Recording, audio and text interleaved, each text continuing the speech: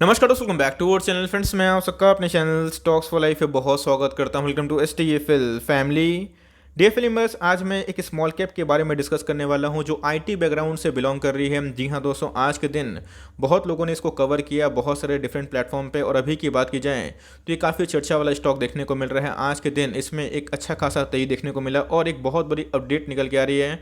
Make sure दोस्तों, IT के ऐसे बहुत सारे स्टॉक्स आपको एक्सचेंजेस से मिल जाएंगे, जैसे इन्फोसिस हो गए, TCS हो गए, विप्रो हो गए, LTI हो गए, हैप्पीएस्ट माइंड हो गए। लेकिन हैप्पीएस्ट माइंड की जो रैली थी बहुत लोगों ने मिस की। 300 का स्टॉक, 400 का स्टॉक आज ये 1500 के भाव पे ट्रेड कर रहा है। तो जी हाँ, जिनको थोड़ा सा रिस्क लेना है स्मॉल कैप कैटेगरी से, रिस्क इन द सेंस कि थोड़ी सी ग्रोथ में पार्टिसिपेट करनी है और एक ऐसी टेक्नोलॉजी पे जो आने वाले कल का भविष्य हो सकता है, तो जी हाँ दोस्तों, ये वीडियो को एकदम भी स्किप ना करें। एकदम भरपूर नॉलेज मिलने वाली है और मैं अपना हमेशा से जो रवैया है अनबायस्ड होके कवर करने की कोशिश करूंगा। बिकॉज कंपनी की बात की जाए, आपको पता है कि आईटी के जो बिजनेस होते हैं वो क्या करते हैं, सर्विस प्रोवाइड करते हैं। बैंक NBFC की बात की जाए, हेल्थ केयर की बात की जाए, इंफ्रा की बात की जाए, गवर्नमेंट के बहुत सारे जो टैक्स पोर्टल है उनको भी देख रेख करते हैं। लेकिन इनकी जो डिपेंडेंसी है सिर्फ और सिर्फ दोस्तों एक ही सेक्टर पे है। तो यस, एक बहुत बड़ा थ्रेट भी है लेकिन बहुत बड़ी अपॉर्चुनिटी भी है। बिकॉज ये जो सेक्टर है आने वाले कल में बहुत डिमांड क्रिएट कर सकता है। तो जी हाँ, न्यूज़ का इम्पैक्ट समझाऊंगा, फंडामेंटल बताऊंगा और उसके बाद रणनीति है और क्या कैलकुलेटेड अमाउंट आप चाहें तो निवेश कर सकते हैं थोड़ा सा हाई रिटर्न के लिए। तो जी हाँ, सब कुछ अनबायस्ड होके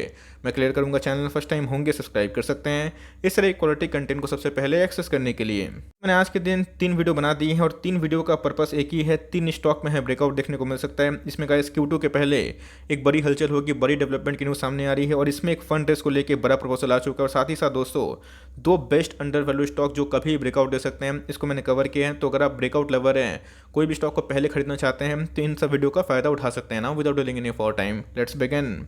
आप देख सकते हैं कि आज हमें 20 पॉइंट का उछाल देखने को मिल रहा है और स्टॉक के प्राइस की बात की जाए 340 के आसपास कारोबार देखने को मिल रहा है। तो जी हाँ दोस्तों, प्राइस भी स्मॉल है और मार्केट कैप भी स्मॉल देखने को मिल रही है और आज के दिन हमें 6% के आसपास तेजी देखने को मिल चुकी थी। साल भर की बात की जाए तो आईटी में जो रिवोल्यूशन हमें देखने को मिला उस हिसाब से स्टॉक के सारे आईटी के स्टॉक्स में अच्छी खासी हमें तेजी देखने को मिली थी। अपने ऑल टाइम हाई से इसमें कॉन्सोलेशन फेज देखने को मिला था। लेकिन अभी की बात की जाए तो एक बहुत बड़ा ब्रेकआउट पॉसिबल हो सकता है। कंपनी का नाम क्या है, KPIT टेक्नोलॉजीज। बहुत लोगों ने रिक्वेस्ट किया कि सर इसके ऊपर एक वीडियो आ जाए। तो जी हाँ दोस्तों, मैंने इसके पहले भी इसके ऊपर डिटेल एनालिसिस करके बताया था और बताया भी था कि जिनका विजन बहुत ही हाई है आप चाहे ट्रैक कर सकते हैं। बट जिनको रणनीति जाननी है, जिनको स्टॉक का नाम जानना था वो देख सकते हैं। लेकिन जिनको रणनीति जाननी है और जानना है कि क्या न्यूज़ निकल के आ रही है, वीडियो के अंत बने रहेगा। अगर आप देखें तो एक स्मॉल कैप कैटेगरी का स्टॉक है और इधर पे अगर आप देखें तो कंटिन्यूसली देखने को मिल रही है। तो जो न्यूज़ है उस न्यूज़ को कवर कर लेते हैं, उसके बाद हम लोग इसके ऊपर थोड़ा विस्तार में बात करेंगे। KPIT को लेकर मैंने इसके पहले भी कवर किया था, बताया था कि KPIT जिस टेक्नोलॉजी में काम करती है उसमें ऑटोमोबाइल क्लाइंट्स इनको देखने को मिलते हैं।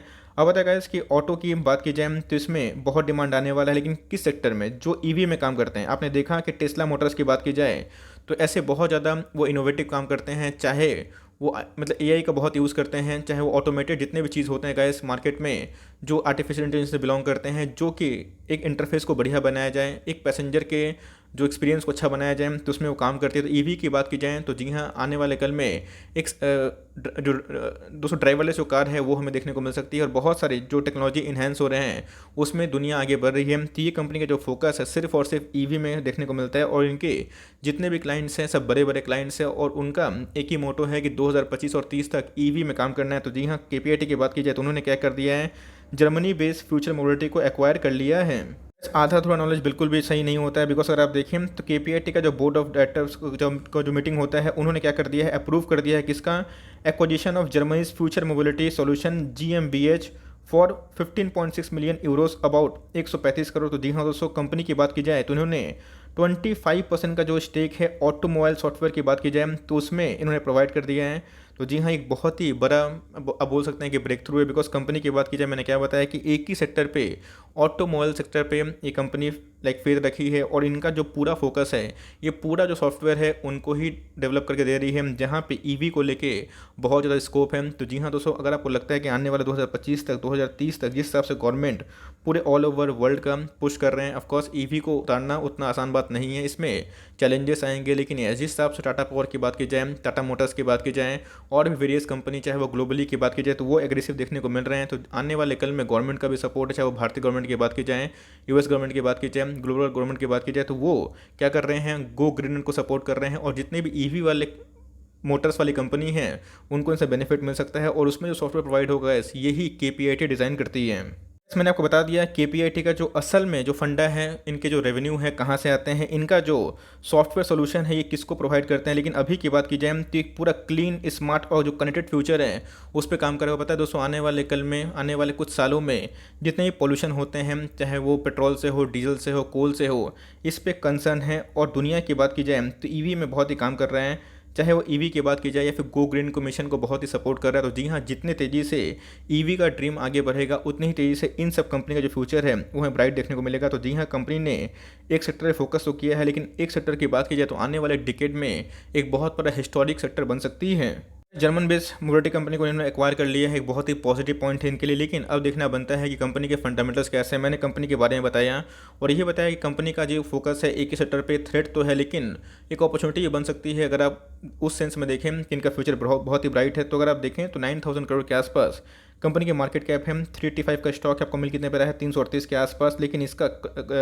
ये कंक्लूजन नहीं है कि आप इन्फोसिस, हैप्पीएस्ट माइंड या फिर किसी को बेच के इसको खरीद ले। ये उनके लिए हैं जो स्मॉल कैप में थोड़ा निवेश करना चाहते हैं। स्टॉक का पी अगर आप देखें तो 51 के आसपास दिखाई पड़ता है। स्टॉक अगर आप आरओसी देखें, आरओई देखें तो 14% के आसपास दिखाई पड़ती है। तो अपने आप में अगर आप देखें तो बहुत ही ह्यूज नहीं है, लेकिन जिस हिसाब से एक मंदी आई थी ऑटोमोबाइल सेक्टर में 17 में, 18 में, 19 में, उस हिसाब से एक ठीक ठाक देखने को मिल रहा है। बिकॉज ऑटोमोबाइल पे डिपेंडेंसी है, तो कोरोना क्रैश में भी ऑटोमोबाइल का जो कंजम्पशन था वो बहुत ही कम देखने को मिल रहा था, गाड़ियाँ बहुत ही कम बिक्री हुई और इनका भी सेल्स उसमें डिक्लाइन हुआ था। लेकिन जैसे जैसे अनलॉकिंग का फेज स्टार्ट हो रहा है वैसे वैसे इनके रेवेन्यू आने वाले कल में अच्छे होने के चांसेस है। फेस वैल्यू की बात की तो कंपनी के 10 दिखाई पड़ जाते हैं।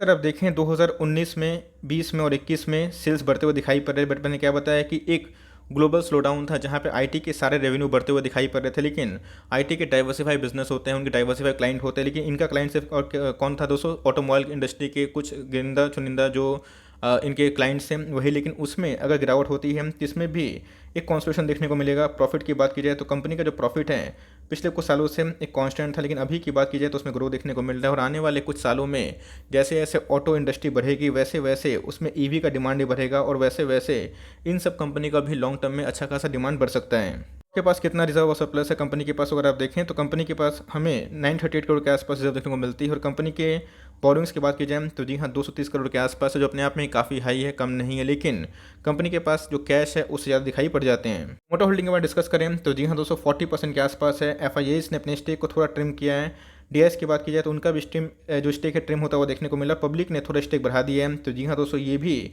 आपको समझना चाहिए। लेकिन जैसे जैसे इनके फंडामेंटल्स इंप्रूव होंगे, जैसे जैसे इनके सेल्स इंप्रूव होंगे वैसे वैसे क्या पता है अपने एफआईएस अपने स्टेक को बढ़ा दे फिर घटा दें। तो जी हाँ, जो पॉजिटिव बात है मैंने आपको कवर करके बताया, लेकिन जो नेगेटिव बातें हैं उसको भी गाइस मैंने थोड़ा सा लाइट किया। जो न्यूज़ है उस न्यूज़ का मैंने आपको इम्पैक्ट बताने की कोशिश की। आज के दिन की बात की जाए तो मैंने बताया कि 6% के आसपास तेजी है, 385 का स्टॉक हमें देखने को मिलता है। लेकिन एक बार ये अपना 350 का लेवल ब्रेक करेगा तो जी हाँ दोस्तों ये अनस्टॉपेबल हो सकता है। तो मेरे हिसाब से अगर आप ऐसी कंपनी में निवेश करना चाहते हैं जहाँ पे आपका विजन काफ़ी लंबा है, मेक श्योर दोस्तों जहाँ पे आपका विजन काफ़ी लंबा है, आप लंबा टिक सकते हैं। स्मॉल कैप कंपनी से एक विजनरी जो बिजनेस में निवेश करना चाहते हैं तो वो चाहें 300 स्टॉक को ट्रैक कर सकते हैं। आपका पोर्टफोलियो अगर 5 लाख का है, 6 लाख का है, 7 लाख का है तो चाहें तो 10,000 का स्मॉल अमाउंट निवेश कर सकते हैं और उसके बाद चाहें तो कंपनी को ट्रैक भी कर सकते हैं। और जैसे जैसे इनके क्वार्टरली नंबर सही होंगे, जैसे जैसे इनके अंदर ग्रोथ डिमॉन्स्ट्रेट होगा, उसी हिसाब से आप चाहें तो निवेश को बढ़ा भी सकते हैं। तो अपने पोर्टफोलियो का 2% से वेटेज ज़्यादा मत दीजिएगा। और करते भी हैं अगर पोर्टफोलियो बहुत ही छोटा है 1 लाख 2 लाख का तो उस हिसाब से आप चाहें तो 2-4-5 स्टॉक को निवेश करके छोड़ सकते हैं। ये उनके लिए हैं जिनको थोड़ा सा स्मॉल कैप में अच्छे खासे रिटर्न की अपेक्षा होती है। कंपनी के बारे में मैं बताया, ऐसा नहीं कि ये बहुत ही आउटस्टैंडिंग फंडामेंटल्स है, बहुत ही आउटस्टैंडिंग सेल्स है, लेकिन जो इनके फ्यूचर है वो काफ़ी हमें अच्छे देखने को मिल रहे हैं। और इसका जो रिजल्ट है 1 सालों में नहीं मिलेगा, ना ही 2 सालों में, ये होने में कम से कम दोस्तों 3-4-5 साल भी हो सकता है। तो उस विजन से अगर आप काम करते हैं तो बहुत ही छोटा लोकेशन धीरे धीरे उठा सकते हैं। और जैसे जैसे फंडामेंटल्स इंप्रूव हों वैसे वैसे आप चाहें तो उधर पे निवेश का अपना अपॉर्चुनिटी बढ़ा सकते हैं। So for timing that's the end of the video. I hope मेरा एफर्ट आपको अच्छा लगा। वीडियो अच्छी लगी तो एक लाइक कर दीजिएगा। चैनल फर्स्ट टाइम होंगे तो याद से सब्सक्राइब करना भूलिएगा। फर्दर कोई डाउट उसको ड्रॉप कर सकते हैं और कुछ और रिव्यू चाहिए उसका नाम ड्रॉप करना भूलिएगा। I would love to make a video on your demand guys. मिलते हैं जल्दी ही, तब तक के लिए bye. Thanks for listening friends, God bless you all.